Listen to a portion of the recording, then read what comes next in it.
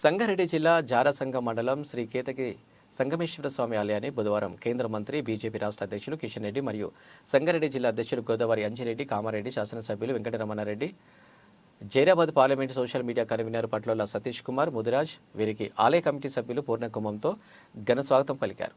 ఆలయంలో అర్చకులు వేద మంత్రాలతో ప్రత్యేక పూజా కార్యక్రమం నిర్వహించారు. ఈ యొక్క కార్యక్రమంలో బీజేపీ రాష్ట్ర నాయకులు మాజీ డీసీసీబీ చైర్మన్ జైపాల్ రెడ్డి, బర్దీపూర్ దత్తగిరి, ఆశ్రమ పీఠాధిపతి సిద్ధశివస్వామి, బసవరాజ్ పాటి, బంటు విశ్వనాథం, సంగమేశ్వర్, శ్రావణ్ సింగ్ ఠాకూర్, నాగేష్ ఆలయం అర్చకులు పాల్గొన్నారు. అందుకే ఇప్పుడు చెప్పాను, ఒక సమర్థవంతమైన నాయకత్వం, ఒక సుస్థిరమైనటువంటి ప్రభుత్వం ఈ దేశంలో ఇచ్చాం.